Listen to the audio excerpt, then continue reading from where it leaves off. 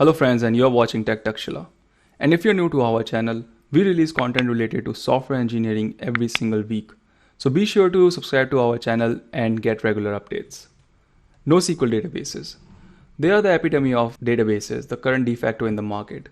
But because of their widespread use, they come in all shapes and sizes and catering to a wide variety of data storage needs. In this video, we will learn about 3 things for NoSQL databases. First, we will see what different types of NoSQL databases are in the market. Second thing is, how do they differ from each other?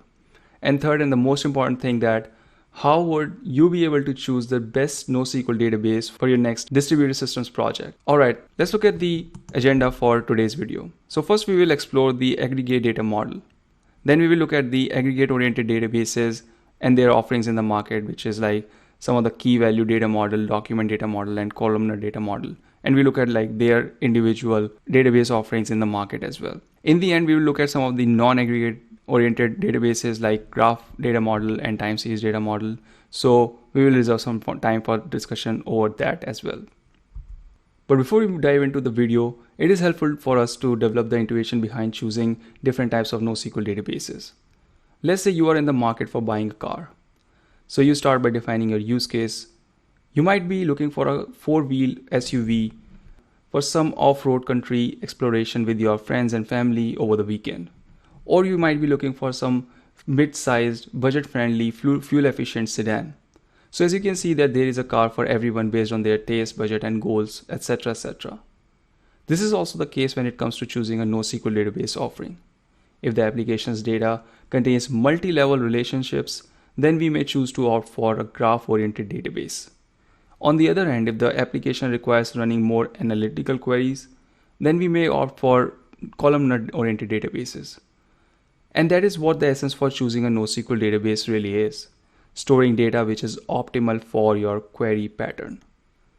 NoSQL boasts a theme of no one size fits all, unlike their relational database counterpart, where pretty much you only get one size fit all kind of scenario.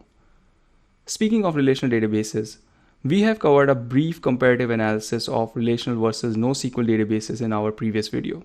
So go check it out to know more about the differences. Now let's first move on to the aggregate data model. So an aggregate can be defined as a collection of related objects that can be treated as a single unit for data manipulation. Each of these aggregates are enclosed within an aggregate boundary. Often data modeling experts say that the process of defining aggregate boundaries is more of an art than science. Let's see if we can develop some intuition around it. So for example, a customer purchase order makes a suitable aggregate when a customer is reviewing or making that order. However, that particular aggregate might not be very efficient if we have to determine the product sales history. So you can see that we need to model our schema on how the aggregates would be queried in the application. Now let's see how aggregate boundaries are used or applied while choosing the KeyValue data model, which is our next section.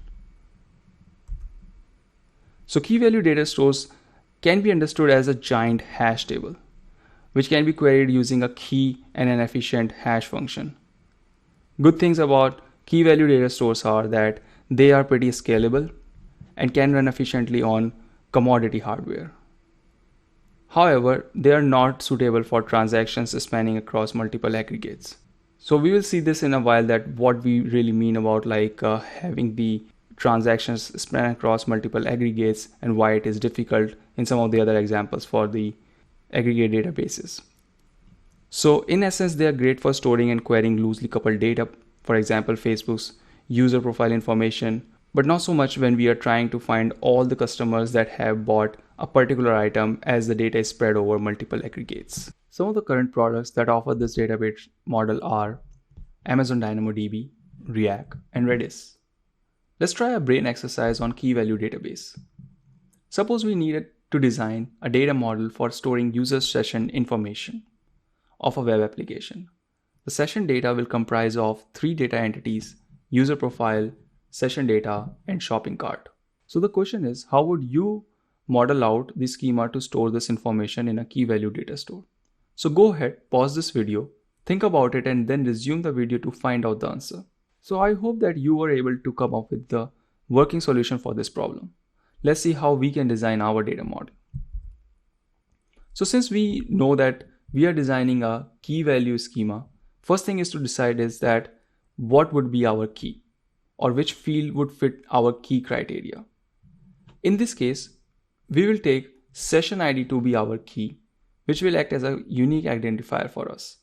Then we will denormalize and bundle together coherent pieces of information. For example, user profile will be its own blob, then session data will be its own blob, and a list of cart items bundled together into this shopping cart blob will be another item. So this will help us in reducing the overall I/O operations required for fetching this session information in real time. Although this might not perform very well when transactions span across multiple aggregates. For example, if you ever need to update each user's unique visits on each of the pages, it will take a lot of I/O to fetch that information and do the updates afterwards. Now, next up is document data model. Now this one is pretty similar to the key value data store at a conceptual level, since we are still storing data as aggregates. But in this case, you might have guessed already, we store the information in the form of documents. Here documents refer to a collection of named fields and data. In these databases, an aggregate boundary is defined as by the document. Nevertheless, unlike key value data store, document databases expose their aggregates as well. This enables application to query and filter the data by using the values in these document fields. So the perfect use case for them is to store or retrieve aggregates of e-commerce orders, real-time analytics, and managing profiles in blogging or any other web platforms. Just like key value data stores, they aren't best suited for transactions or querying across multiple documents. Some of the popular document databases are MongoDB, DocumentDB, and CouchDB. Now let's look at the comparison between the key value and the document data store, since they are quite similar but not so much. Although both databases are perfectly fine for many applications, the choice boils down to the complexity in the queries and entities. If the complexity is rather simple, one should go with the key value data store. Whereas document databases are made to handle more complex queries, where we only need to return a subset of aggregate instead of the whole thing. This brings us to our third kind of the aggregate data model, which is the columnar data model. So unlike other databases where data is stored by serializing on rows, columnar databases store data by serializing on columns instead. For example, instead of storing data row by row on the disk, you store the data blocks column by column. So to compare, by storing in row-wise manner, all the columns in a row are fetched together. This works fine for the OLTP, aka online transaction processing scenarios, but when your writes are not that frequent and you might want to optimize for read performance, columnar data model is your friend, since you can fetch the entire column of the data in one go. Hence less disk IOPS. This helps in your OLAP types of use cases, online analytical processing use cases. So this gives us the columnar less disk IOPS. So let's consider an example for better understanding here. Like, what do we really mean by performing better at the OLAP scenarios than OLTP ones? So let's say that you have this product info table. There you got 4 attributes per tuple. You got the product ID, the primary key to uniquely identify the items, then price for that product, then how much inventory is available, and then in the end you have how many units were sold until now. Now let's peel one more layer here and then see how this data is stored on the disk. So conventionally, when we store this data in row-wise manner, you will get this sort of layout where each tuple is stored as a data block on the disk, one after the other. So you have your first tuple here, then the second one, and then so on and so forth. So this is really good at scenarios where you want to get the entire tuple in one go. Let's say you are showing some product info on your website. Boom, you get all the fields for that one particular record in just one go. But what if you are running some sort of machine learning model and you only need the prices, or you are running some sort of price tracking monitor or something? Then in that case, you quickly see that it is doing way too many IOPS to bring just the price. Like DB has to read all the data row by row in one data block size, then filter out prices afterwards. Or you can use a columnar data store where you are storing each attribute in the data blocks, and then when you want to fetch all the prices, you just read the columnar data store in data block sizes, and there you go. You get all the prices in one go. Important thing to remember here is that this only performs well when your writes to DB are infrequent and you are looking to increase your read performance. Popular example of columnar databases would be Amazon Redshift.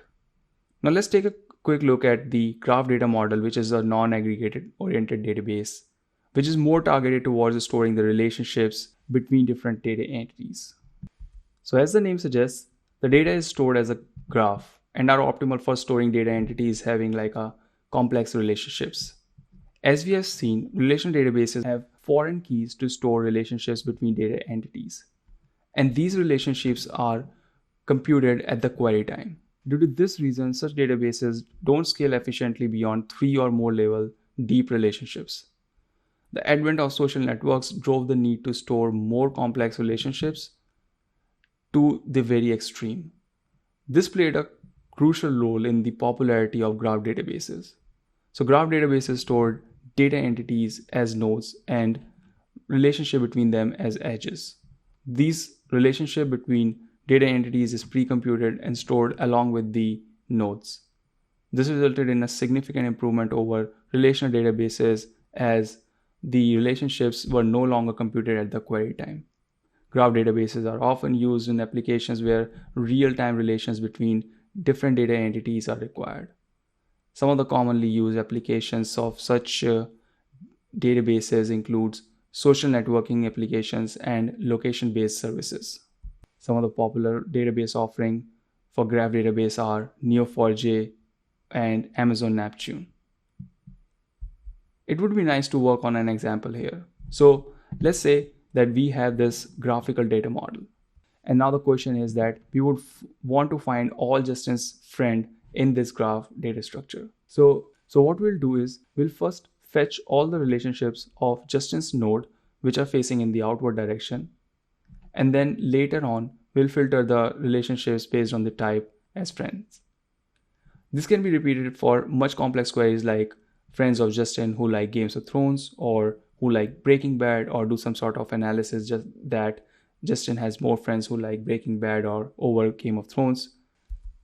So just quickly look at the code of how this whole thing will be possible. So here we have just initialized the node with Justin. We have just got the name and matched this with the Justin's node. And then later on, we just iterate over all the relationships that are outgoing and are labeled as friend from the Justin node. And then we will just add them one by one in the friends of Justin. So this is how we will calculate all the friends of Justin from this graph data model. Pretty simple. We don't have to do any crazy hopping over different foreign keys in a relational database over multiple tables. Now let's look at the next NoSQL database, which is time series database. So in recent past, there has been an increasing need to store and query and analyze time series data. As you can see in this graph that there is quite a bit interest gaining in this time series database in recent days over some of the other popular choices in the market. Primary use case originates from analyzing, storing Fitbit data or several other applications in the IoT space. So inception of this database happened on two requirements. The first requirement is to summarize a broad scan of records and provide aggregated results with minimal latency. And the second requirement is to have efficient lifecycle management of these time series data. Let's see what goes under the hood in the time series database. So one of the industry leaders in the time series database is InfluxDB. It uses its own textual format, which is called the line protocol, to store the data. The line protocol comprises of 4 major components. First is measurement, then tag set, field set, and timestamp. Let's try to see how we can model the stock price data into the line protocol, which will help you guys give a better understanding on how this whole thing works. So this image shows the fictional stock price data in a graphical format. Each position on the x-axis on the graph represents the timestamp and is called a point. The collection of the points for a combination of tag set and measurement is called a series. For instance, the red line in the graph for measurement stock price and the tag set ticker Amazon and market NYSE represents a series. A sample query can be to find the maximum stock price for ticket Amazon and market NYSE in a specific period. Time for a fun little brain exercise here. Let's say local governments of East Coast states wants you to design a system to analyze the pH data for water distribution in various neighborhoods. Now the question is that how would you model your database for optimal querying and summarization purposes? You can use this table for a sample data set. So yeah, go ahead, pause this video for a moment to come up with the basic solution from the previous example. So as we can see, similar to the stock price data is also a time series data. We can model the pH measurement data using the line protocol in the format mentioned here. So first we have the pH measurement, which can be the measurement field. Then we have location as our tag set. And then the actual pH value would be our field set. And then the timestamp will be our timestamp. So this way, if we will plot this thing onto a time series graph, we will get this sort of line here for the time series data. Then the graph would look something like this. That's pretty much similar to what we have seen for the stock price data in our previous example. So yes guys, that's pretty much to it for all the different types of NoSQL databases. As you have seen in this video that there is no one size fits all kind of scenario in the NoSQL database world. Unlike in the 20th century where you only have one choice, which is the relational databases, and everything has to be normalized or modeled around that.